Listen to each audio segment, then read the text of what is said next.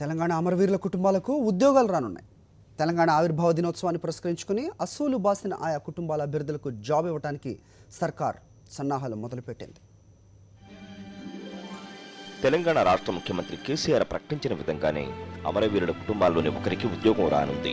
రాష్ట్ర అవతరణ దినోత్సవమైన జూన్ 2వ తేదీన ఎంపిక చేసిన అభ్యర్థులకు నియామక పత్రాలు అందించనున్నారు.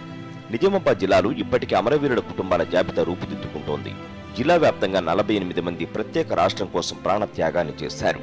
అమరవీరుల కుటుంబాలను కలెక్టరేట్కు పిలిపించిన అధికారులు అర్హతలను సేకరిస్తున్నారు. తెలంగాణ కోసం తమ వారు ప్రాణాలను త్యాగం చేయడం, ఆ తర్వాత రాష్ట్రం ఏర్పడినందుకు చాలా ఆనందంగా ఉందంటున్నారు అమరవీరుల కుటుంబ సభ్యులు. పొద్దున లేచారు, జై తెలంగాణ అనుకుంటా లేచారు. నేను పడుకునే ఉన్నాను సార్, మా అబ్బాయి కూడా పడుకునే ఉన్నారు సార్. నీళ్లు తాగి బయటకు వచ్చారు సార్. బయటకు వచ్చి నేను పడుకునే ఉన్నాను, పనికి లేచినాను సార్. తెలంగాణ కోసం బయటకు వచ్చారు సార్. పోలీస్ స్టేషన్ బాబుకు వదులుతా అని బయటకు స్కూల్కి వదులుతా అని వెళ్ళారు సార్. పోలీస్ స్టేషన్కి వెళ్ళి గన్ తీసుకొని తెలంగాణ కోసం సూసైడ్ చేసుకున్నారు సార్.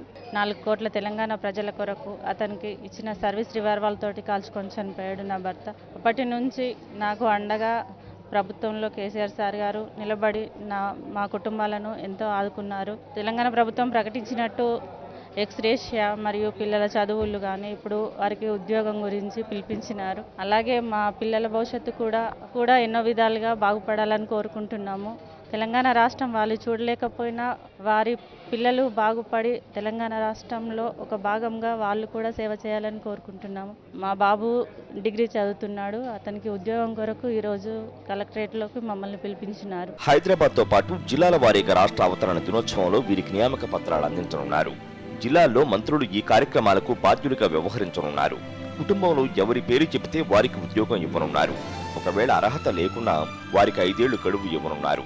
తెలంగాణ గురించి ఇది చేసుకుంటా పోలింగ్ జాబ్ కోసం ట్రై చేశారు. ఏది కాకుండా ఎవరికంటే ఎటు అర్థం కాకుండా కృష్ణాలు పోసుకొని చనిపోయాడు సార్. మాకు ఇప్పుడు 3 కొడుకులు లేరు సార్. సీఎం కేసీఆర్ నిర్ణయం వల్ల తమ కుటుంబాల్లో మళ్లీ వెలుగులు విరబోయనున్నాయని అమరవీరుల కుటుంబ సభ్యులు ఆనందం వ్యక్తం చేస్తున్నారు.